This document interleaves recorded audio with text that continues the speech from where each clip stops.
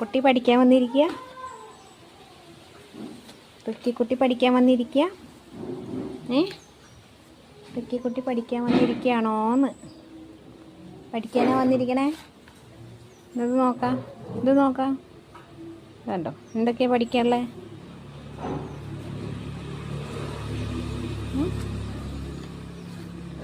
കുട്ടി പഠിക്കുകയാണ് കേട്ടോ.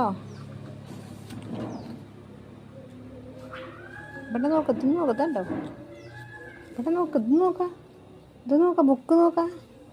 ബുക്ക് ഇത് നോക്കി പഠിക്കുക. പഠിക്കണ്ട?